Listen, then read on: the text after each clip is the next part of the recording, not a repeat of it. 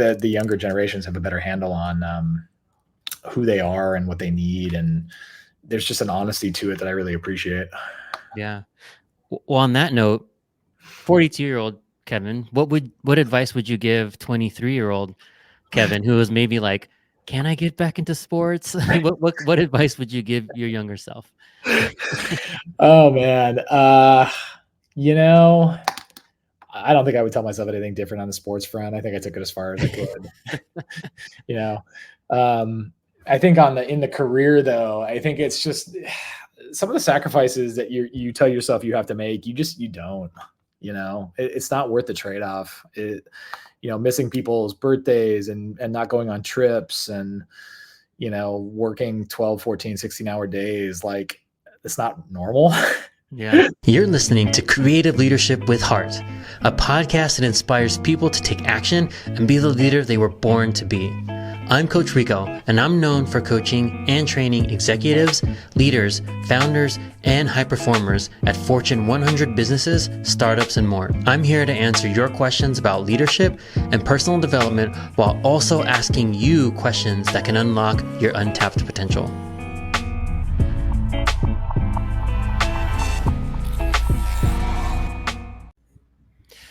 Cool. Welcome back to another episode of Creative Leadership with Heart.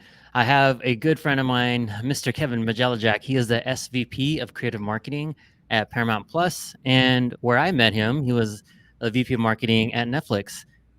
Kevin, how are you today? Good, man. Thanks for having me. I'm stoked to be here. So excited to chat a little bit about, creative and my journey in it and just chop it up with you. So yeah, absolutely. And then we had some time to get ready for this. You were traveling and stuff like that. So thanks for taking the time.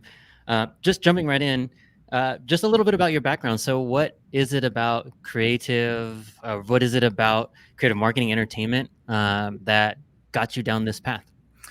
Yeah, so I grew up in Los Angeles, and I think when you grow up here, you're just sort of surrounded by the entertainment business. It kind of permeates everything that gets done in the city, and you're surrounded by it kind of at all times. So back in the day, we didn't have social media or anything like that. You go out and play sports with your friends, but if you were waiting before class or to play something at recess, you do movie lines, or you talk about the commercials you thought were funny or annoying, or the ones that made you laugh, and you do the voice impressions and stuff like that. And then separately, movies were a big event for our family. We would line up on opening night and go see, Titanic. We waited in line at the big Fox Theater in Westwood. Or, my dad said, if you read the Jurassic Park book, I'll take you on, opening day. We'll get out of school early at noon and we'll go see the first showing that day at the Westwood Avco. So I've always kind of been surrounded by entertainment. It's always been a big, like, eventy part of our life. And growing up in LA, it was just something that, like I said, permeated the culture constantly. So it was always something that I loved. And you sort of think about things back in the day and you don't realize you're going to end up where you end up. It was just a place I always liked and kept coming back to. Yeah, like it's crazy just the influences that maybe you realize and don't realize. Mm-hmm.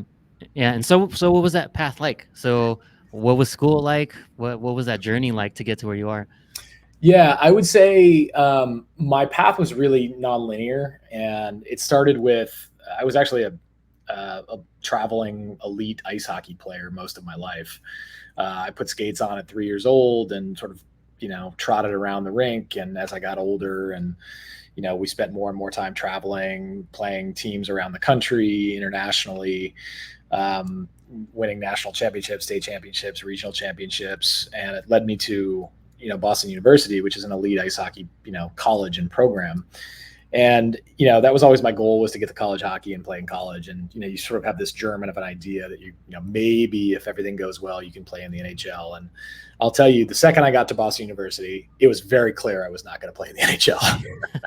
It was real, like the guys there were just unbelievable, and the talent pool was so good. And for the first time in my life, I had to figure out, like, okay, this probably isn't going to work. You need to figure out something else, right? You need to figure out a set of skills and a direction that's not hockey related for the first time.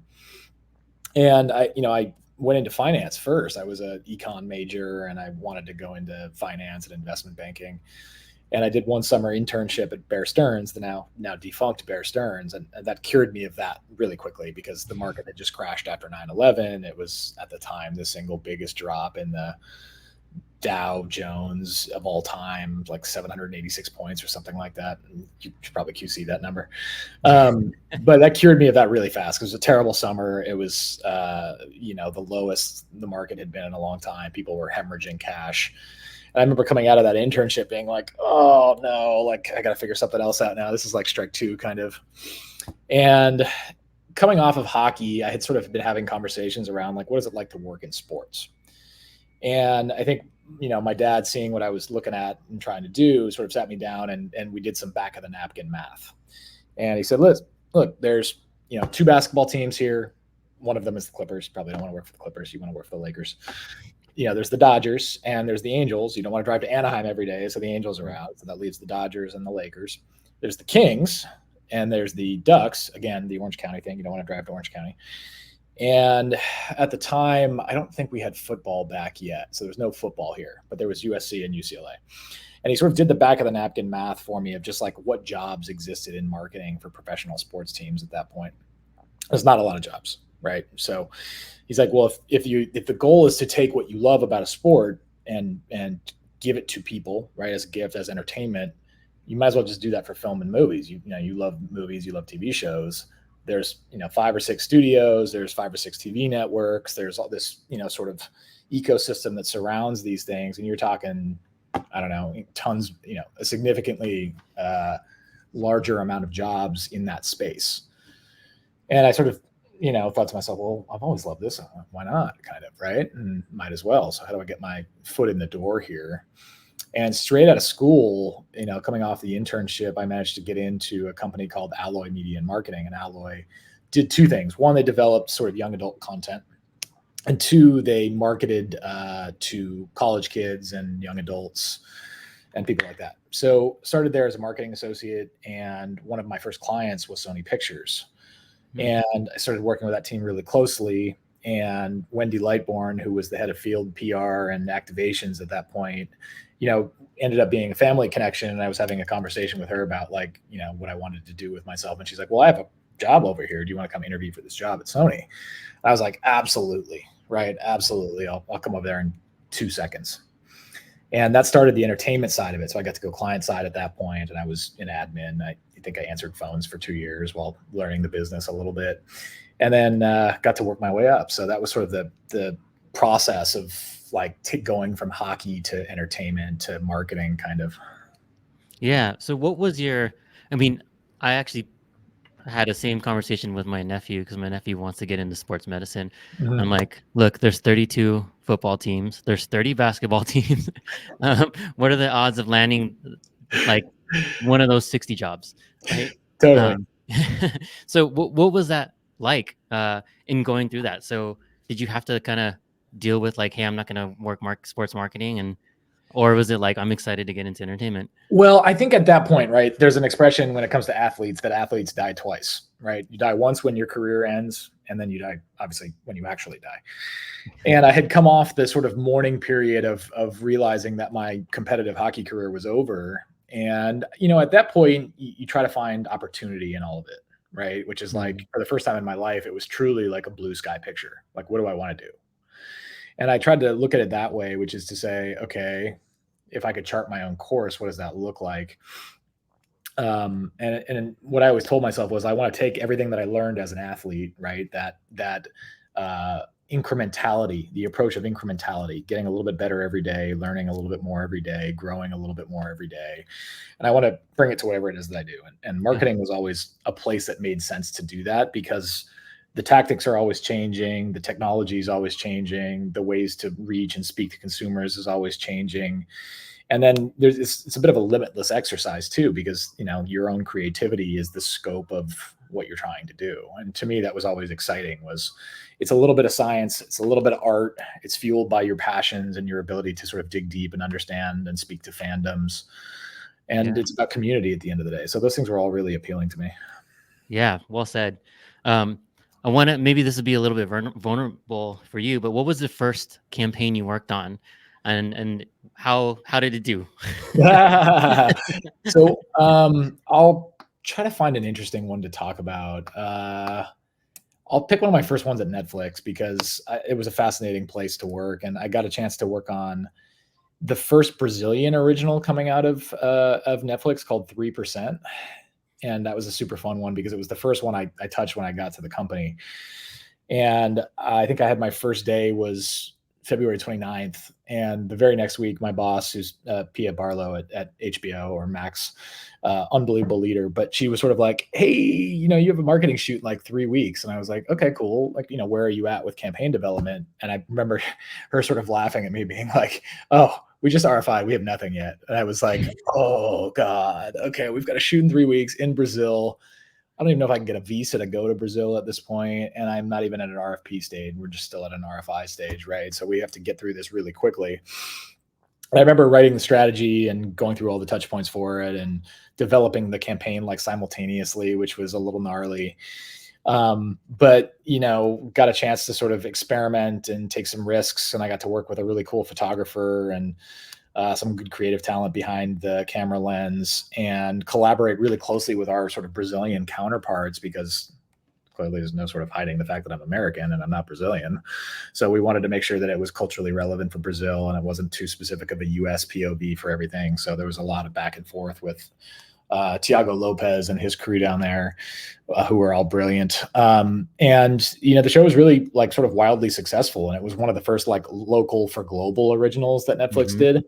And we managed to tap into, I think, something that the Hunger Games did so well, and some of the YA dystopian future type stuff, and we managed to convert a lot of those audiences. And not only did we get a Brazilian audience, but we had good penetration with the US and good discussion in Europe. And I was really happy with how everything came together there. So it was a lesson immediately in how quickly can you do this stuff? How much cultural context can you glean from your colleagues and counterparts in other countries, and having a back and forth with those groups in addition to some of the showrunners and EPs. So that was a super fun one. Yeah.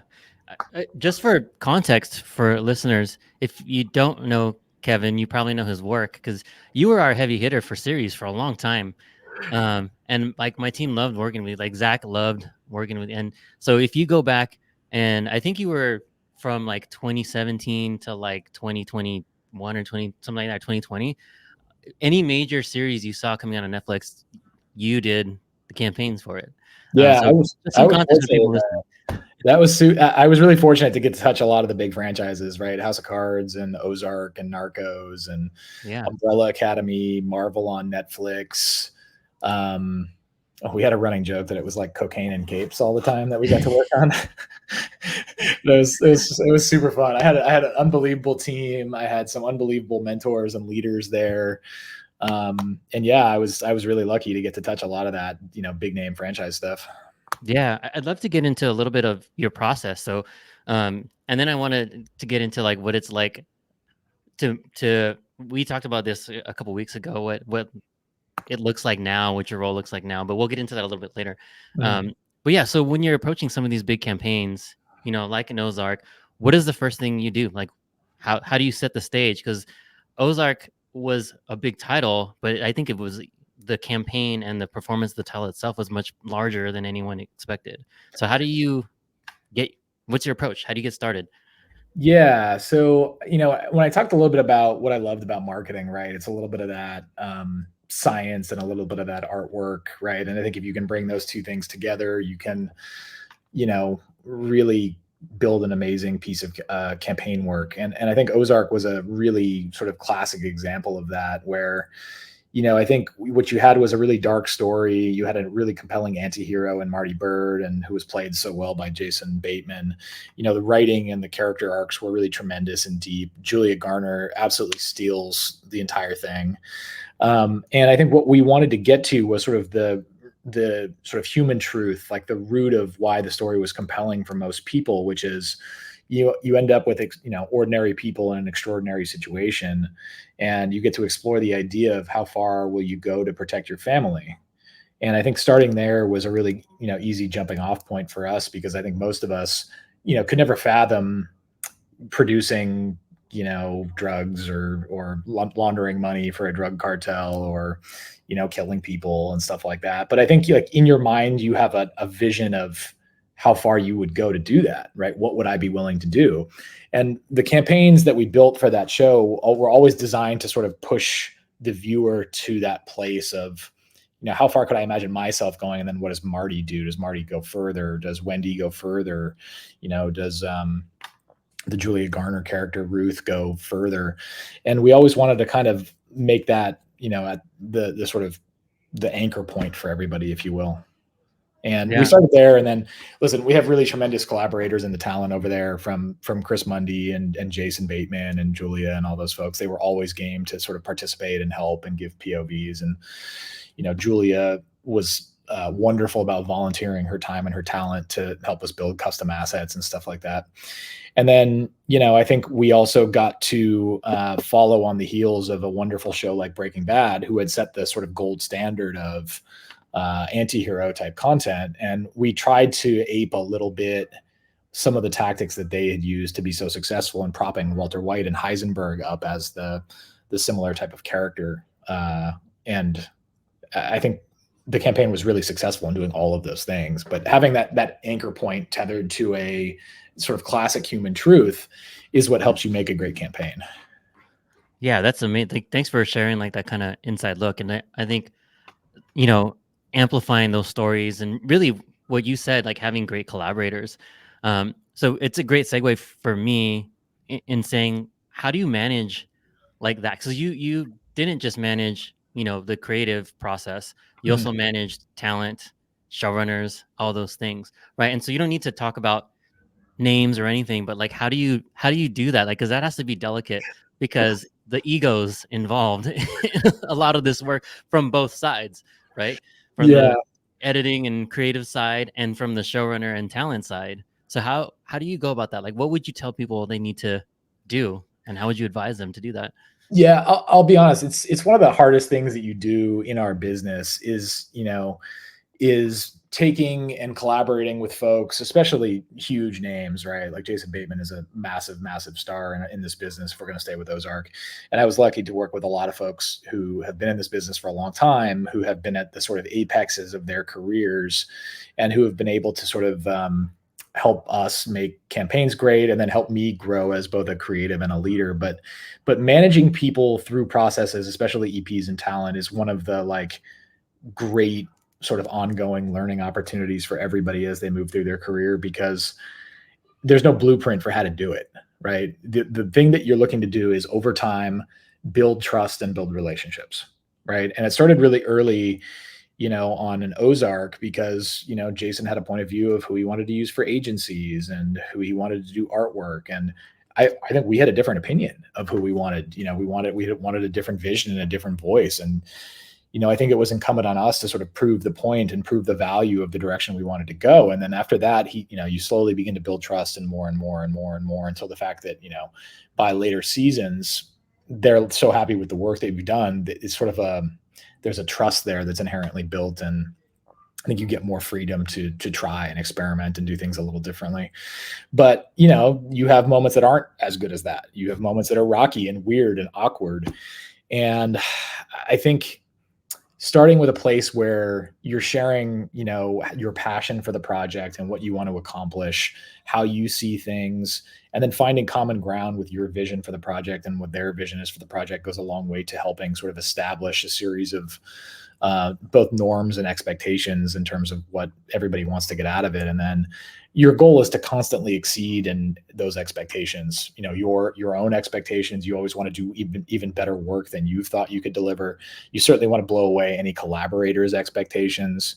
And you do that by understanding the subject matter, doing the preparation, doing the work, doing the research, understanding the potential fandoms, outlining, landmines, talking about ways to get from point A to point B, and then just being overly transparent and always sort of being above board with things, and really leaning into that radical candor of sorts that I know you had Reed on. Sorry, I'm not in the same league as Reed, but right. Reed talks a lot about that radical candor, and I think once people realize that you're all trying to do the same thing, it's just a slightly different approach sometimes. For the Yeah. most part, it's easy to connect as human beings and, be transparent about your communications and what everyone wants and needs to get out of certain things to feel heard and like their voice is present within a campaign. Yeah. That's fantastic, right? Like, so as much transparency, honesty, and all that stuff, like I'm sure there's flexibility and also just the ability to, I think you remember this QBR when we were like, read the air when like Yep. someone was talking about Japan. Like, so being able to read the air in the room and understand, like, probably not, I probably shouldn't say this, so I won't, or I'll do it a different way. But Yeah. so like a lot of the stuff, people will say like a lot of the work you've done is amazing. And I also want to share some of the realities of the work, right? So like that was a little bit like talent relations and stuff is a little bit of, lifting the veil on some things that are tough. But what are some of the other challenging things about what you do? Because the fun stuff is creating the campaigns and like the creative part. But what are the challenging parts about what you do? Yeah, the best, the most fun that you can have out is being super hands-on in terms of the campaign development, right? From strategy to the insights piece of it and connecting those dots to figuring out a platform strategy and how to go about, allocating assets and resources across the campaigns. Shooting and producing the creative is some of the most fun stuff that you'll do. As you move through and up in your career, you invariably end up managing people. And I think the hardest thing is as a creative leader sometimes is to manage large swaths of people in terms of delivering creative work because, and this is true of being a parent too. And I'll connect that dot in a second, but like the reality is you have to begin coaching, not playing. Coming back to my hockey career for a second, right? You have to coach. You have to be able to impart little pieces of yourself, into people, the things that made you successful into others. And in that way, you can sort of scale your influence. And you want to leave room for people to express their individuality, and you want to leave space for people to be who they are and to bring their own sort of lived and learned experiences to it. But at the end of the day, you have to get the work done too. So there's always this little area that sort of exists in this space where like, okay, the work needs to get done. How do I get this done? It needs to be awesome. It needs to be strategic. It needs to be insights driven. It needs to connect to these audiences. And getting it there sometimes, through somebody else as a proxy can be the hardest thing. And that's true of being a parent, right? Like, in most cases as a parent, what your child needs to do to succeed. The trick is Jedi mind tricking them into doing it themselves. You can't do it for them, right? So you have to give them the inputs and the cues so that they can bring those things together and help and figure it out on their own. So they have a process built that they can figure out things moving forward. They don't always have to come back to you as a parent. And I think, when you talk about managing teams, especially large teams, you can fall into the trap of sort of dealing with what's in front of you all the time. And I think in reality, what you want to do is try to deal with the things that are the furthest out, right? Strategic initiatives and seeing around, organizational structures and, process and tooling, because that impacts the team in a way where they can deliver work better or faster or more, strategically aligned to KPIs or whatever that looks like. But the trick is just to do what's right in front of you because it's easy. So as a leader, especially a creative leader, it's about providing context, clearly communicating, and there's the third C. Of course, I'm going to forget it on the middle of the podcast. Clarity, communication, and context. Being clear, communicating well, and providing the right context. Yeah, absolutely. Yeah, and you mentioned it, right? Like as you move up in your career, and I experienced this, and I was talking to Hafa about this the other day, that the further you go up, you kind of start to lose yourself a little, like of the little piece of who you are that was the creator and the maker starts to like, you have to disassociate. You don't lose that completely, but it's not what you do anymore, right? Mm-hmm. And it took me a while to get used to that I was letting go of the work. I was no longer editing. I was no longer designing. I was no longer like even in some of these strategy meetings anymore because, as a parent, same thing. You're not going to be at the plate with them. You can't hit the ball for them. You Mm-hmm. can't do those things for them. So you just kind of have to let them learn on their own. And as hard as that may be, if you want to truly scale, if you want to become the leader that your team needs, you have to step away and you have to give up that part of yourself. So Yeah. And then you get to do like really obnoxious stuff like, there's budget forecasting and headcount planning and HR stuff. And that's like, Nobody gets into this job to be like, you know what I want to do? I want to hang out with HR all day. Yeah, I wanna have crucial conversations with people who don't like each other. Yeah, and that's no shade at HR. You get, that's a, such a valuable partnership. It's just one of those things where it's like, it's not what you get into the business to do. Yeah, absolutely. Like you don't get into to your point, I don't want to do annual plans. Like that's not why I became a creative, right? Is Yeah. to think of annual plans, head count, and whatever other things that need to happen from a leadership perspective. Yep. Um, 100%. yeah, so I want to talk about like throughout your career, what were the challenges that you faced other than, like project challenges, but what were some of the challenges you faced in your career trajectory, getting to where you are? It couldn't have been just a smooth ride like, "Hey Kevin, we're just going to promote you. We're just going to promote you." So what are some of those things those bumps in the road that you experienced? Yeah, I have a sort of non-linear, non-traditional path to where I currently am. And I made mention earlier of I started at Sony as an admin answering phones. I came up in the sort of field PR department, and one of the functions within that group was to do all of the integrated promotions with networks. So you'd produce all of the specialized content that came out of like a deal with ESPN, and you'd get to go and shoot talent and do custom vignettes and long form stuff. So I moved into that kind of a space, and to me it was always such an opportunity because I'd always felt that like PR is a very strategic business, but it's also very reactive, and the reactive parts of PR were just always something that kind of like vexed me mentally, because I always believed in more strategic planning and execution, and that part of the business just never kind of sat well with me. So I always wanted to be more strategic and more sort of long term in terms of my thinking, and moving into that space, in that sort of integrated creative place gave that to me a little bit. And then I got to go to Adult Swim and do that, on the brand side, and to work on, beginning to launch shows, and, beginning to connect more with talent and EPs and whatnot. And from there, I think I made one of the bigger stumbles I think I've made in my career. And I decided to go out of entertainment, and I worked on CPG. I worked at OMG's sort of content creative vertical. It's called Content Collective, and they're responsible for a lot of the big accounts that come out of OMD, and it's a bit of a boutique, bespoke service of helping brands like Pepsi and Mountain Dew craft original content campaigns for the brand. And I think the promise of it to me loomed really large, right? The idea of wielding the resources of a company like Pepsi, to make really great content was fantastic, and it was an amazing opportunity. And I just sort of forgot the fact that I was selling soda at the end of the day. And the more and more I got into it, I was super proud of all the work and the relationships I built over there. I just kept coming back to the point where like I just didn't want to do that. And I was starting to think about like, well, okay, what's the impact this is having, and what's my legacy going to be, and am I really doing anything that's like net positive here?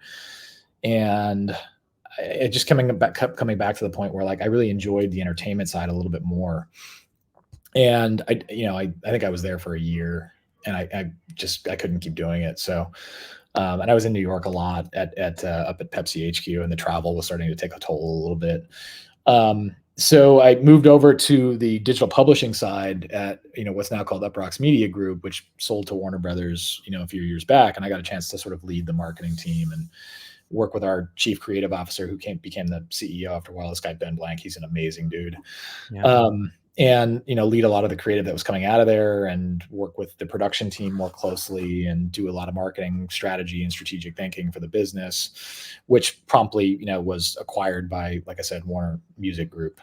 But from there, Netflix knocked on my door, and I got a chance to go from there to Netflix. So I like to think that like if it wasn't for the time I spent at OMD at Content Collective, I would have never gotten to Uproxx Media Group, and Netflix would have never found me in Uproxx Media Group. So I guess the takeaway of what is a very long story is that like even the things that feel like bumps in the road or hiccups like get you to a place that maybe you're supposed to be in, and you just have to go through that process and learn through that process, and you end up in the right spot at the end of it. Yeah, I mean, I believe things happen for a reason. It's cliche for a reason, right? Like people say it, and so yeah, like when it seems like opportunity or a door closes, another one opens. Yep. So yeah, that's amazing. Yeah, because people looked at and I think this got me onto the radar of one of the recruiters, was just like brand experience, production experience, creative experience, Yeah. little boutique place like Uproxx Media Group, giant brands like Pepsi.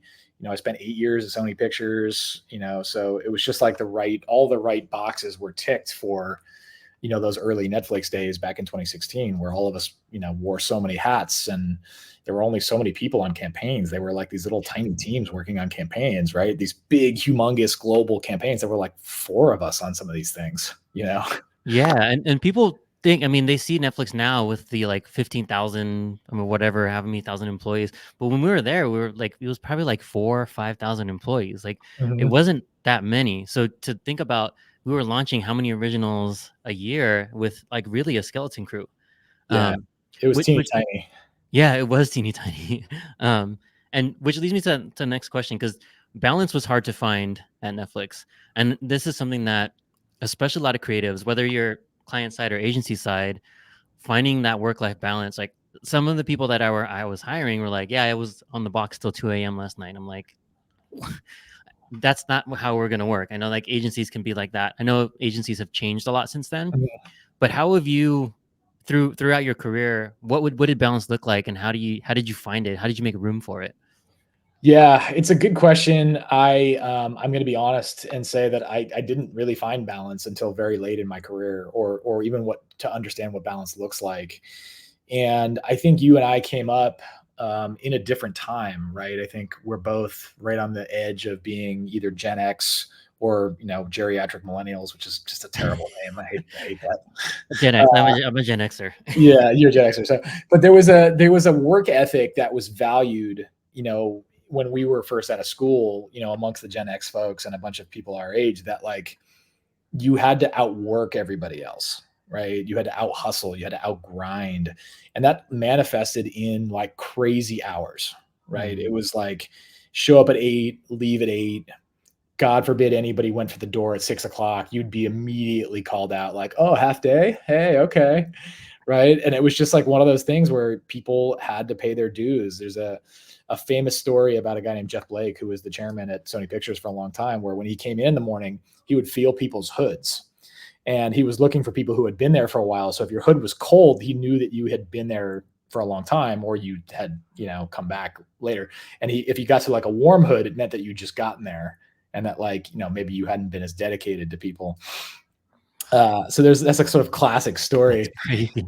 and I think ours is a business of ebbs and flows, and this is coming full circle to like my understanding and in terms of how to find balance. And it's going to suck when you're in the sort of peaks of it, and then you try to find balance in the troughs, right? Because Mhm. when you're not under the gun, that's when you relax and you sort of enjoy what you have and your people and things like that. But like there are going to be sort of inexorably just areas in which you're busier at other points of times, right? When you're trying to plan and get through your annual planning, or when you're really in it with some of the creative assets that are due, or moving through approvals, or doing any VFX work or graphics work, trying to bring things to a conclusion, or getting things printed and shipped for media buys, being on for social media, things like that. Like there's just Yeah. times where you just can't, right? There are times where you have to sacrifice a little bit, but then you sort of try to balance the scales when you're in that sort of trough state, I guess you could say. And I'm telling you that as a 42-year-old, it's really been in like the last 4 years that I've kind of come to grasp that, because I think before that hustle culture had just taken such a hold, I couldn't really like let it go. It was just so intrinsically a part of, my identity as an executive, was just this idea that always outworking and out hustling people was just the thing to do. So Yeah. Where do you, so I think that was a cultural thing. So how do you envision it? Like, is there space for that? For like, do you see that same sort of culture permeate in the younger generations? Like, are they maybe not outworking, but are like at least staying till the work is done? Or like what are you seeing with this next generation of creatives that are coming through? yeah, I think they have a better handle on the balance of it all, right? Which is that like they understand that they do better work when they, find balance in their lives, when they take time to recharge their batteries, when they travel, when they spend time with loved ones. I think they have a better handle on it. Just the fact that being self-aware to the point that they can recognize needing to recharge and needing to take time off, and understanding that it's their right to do so. Right. I think a lot of us were always so reticent to use vacation days or sick days or whatever. Um, I think they just have a better handle on what's important. Right. And I think a lot of us were willing to make certain sacrifices because we were committing to, a growth mindset. And I just think that the younger generations have a better handle on who they are and what they need. And there's just an honesty to it that I really appreciate. Yeah. Well, on that note, 42-year-old Kevin, what advice would you give 23-year-old Kevin, who was maybe like, can I get back into sports? Like, what advice would you give your younger self? Oh man. You know, I don't think I would tell myself anything different on the sports front. I think I took it as far as I could. you know, um, I think in the career though, I think it's just some of the sacrifices that you tell yourself you have to make. You don't. It's not worth the trade off. Missing people's birthdays and not going on trips and working 12, 14, 16-hour days, like it's not normal. Yeah. And you can do it in a short period of time, but in the long term you're always going to burn out, and you have to take care of yourself at the end of the day, because sports are very much, or sorry, work and corporate culture is very much a professional sports team. Right. The second you're not a starter anymore, the company may be willing to move on and they may want to invest their money in somebody else. Right. And it's just one of those things where like nobody looks out for you from the corporate side. So you have to look out for yourself. Yeah, that's real as it can get, right? Because it's true. And as much as, people say like, oh, we have a great culture, because I've seen it. It's happening even at Netflix now. As much as I love the culture and the time that I spent there, like they're going through it, they're having a rough time too. And there's a lot of like colleagues that we have are now looking for jobs and things like that. And Mhm. as much as the culture, even that they say they foster the team, not a family. um yeah, it's hard, and it is every all good things must come to an end. I'm not saying that Netflix is anything like coming to an end by any means, but it's like the teams that we knew, the people that we knew are no longer there, and Mhm. you have to be okay with that. Totally. Yeah. I think it's incumbent on everybody to get out just as much as they put in, right? And I'm Right. not just saying financially. I'm talking about mentorship and growth and learning and personal skill development, right? You have to sort of extract as much as you can too, because at the end of the day, when someone shuts it off, it's off, right? So you need to take away more than just a salary and a little bit of experience. You have to take more than that, and you have to look out for yourself. And that's something I tell everybody who works for me at every company since Netflix. Basically, it's like you need to get out just as much as you're putting in, so that you continue to grow and develop too. Because at the end of the day, you're not going to work here forever, right? Our parents' generations, everybody was all about 20 years, get the gold watch, retire, all that stuff. Pension. It's just not what it is anymore, man. It's just different. It's Yeah, absolutely. And I'm glad you said that, and I'm glad you do that, because it's the same thing that one of the first things I say when I would hire somebody is, look, I'm not going to be naive and think this is your forever company. So take whatever you can from me. And if that's continuing to grow here, whatever company we're at, great. If likelihood is you're not going to be here, but I want whoever hires you next to be like, damn, you're good. Like, who trained you? Right. Mhm. That's what I want for them, so they can go on and have a successful career, whatever that means for them. Yeah, 100%. And I think that's the goal of any leader at this point, is like you want to prepare people for the next role that they have, not the role that they're kind of currently in. And I said it to somebody today, like, their next step in the journey is managing people. And what I was asking them to do was to begin to sort of treat their IC function as if it were that, right? To mentor some of the younger folks on the team, to bring their skills, in a more specific way to things like team meetings, and to be a little bit more vocal, because I want that person to prepare for the next job. And you always want to see the people that you've managed climb up the ladder and win, because to me, that's always like the sign that you're doing something right as a leader and as an executive. Yeah, absolutely. And it's still surprising to me how many people think the opposite, right? Where they think like knowledge is power or whatever. Like, so they don't instead of succession planning and training your replacement, you're actually holding people down because you want to keep your job, right? Mhm. And that's like the opposite of what you should be doing. Like I was always training my replacement because how was I going to go on to do something else if I didn't have someone to do my job? One of the first things Steve J, we both know Steve J, first thing he told me when I was promoted was like, you can't do your new job and your old job at the same time. So you need to find someone to do your old job. Yeah, I tried to do that at Netflix for a while. It didn't go very well. It was like, oh, hey, you got to kind of let go of the campaign work if you're all of a sudden running this big team of people. It's like those people need direction from you. They don't need to know that you're like getting on a phone call about Luke Cage and something like that. It's like, hey, buddy, you need to like actually direct this team now. Yeah.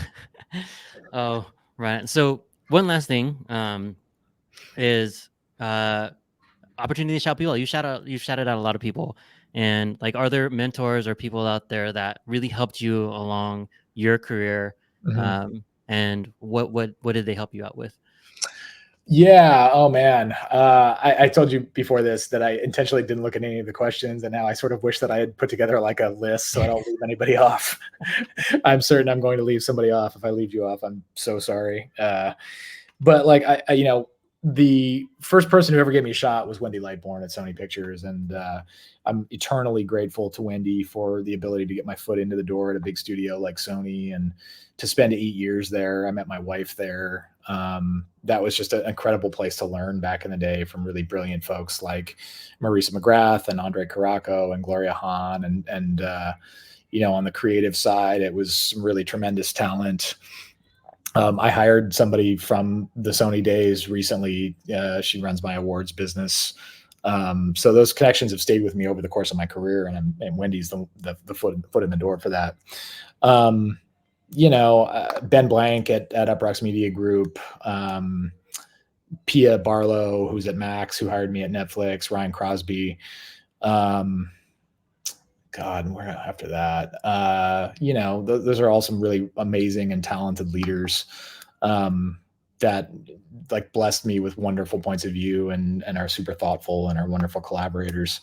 And then, I think I actually probably learned more from the people that I managed over time than I did, even from those folks, because you learn through what it means to be a good manager and how those people see you and what they need. So, to everybody who's ever worked for me, like, thank you for helping me, be a better leader day in, day out. It's like a weird science experiment for me all the time, but it's great. And I learned so much. So thanks for putting up with, my own growth over the course of the 20 years I've been in this business. Yeah. Well, I know a lot of people spoke highly of you on my team that partnered with you.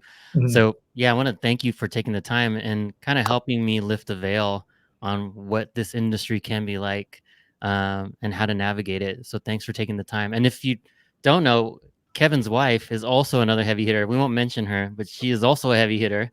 Well, I uh, was a much heavier hitter than I am. you're like She's you're like the PR marketing power couple. Yeah, it was funny when I got hired at Netflix. Kelly Bennett, who was the CMO for a while, like he grabbed me in the kitchen. He goes, "Hey, we just hired you to get your wife here, right?" And I was like, "Thanks, Kelly. That's great, man." So I won't mention her. You can mention her if you want, but she is a heavy hitter. If you all just search Kevin, no doubt you'll find his wife. Yeah, Natalie Bjelajac. She's my much, much, much better half. So she's the head of film PR and series at Netflix now. Yeah. Cool, right on. Well, thank you so much, Kevin, for taking the time. I know you're a busy guy, and I really appreciate you sharing your journey with us. And yeah, that's it for everyone for another episode of Creative Leadership with Heart. Thanks again, Kevin. Thanks, Rico. It was a pleasure, man. Good to see you. Good to see you too. Thanks for listening to this episode of Creative Leadership with Heart. If you enjoyed the show, please like and subscribe. If you're ready to make huge, lasting change in your life, then what are you waiting for? What will your life look like if you took action today? What would it look like if you didn't? If you're serious and you're ready, book your free strategy session today and let's make your future a reality.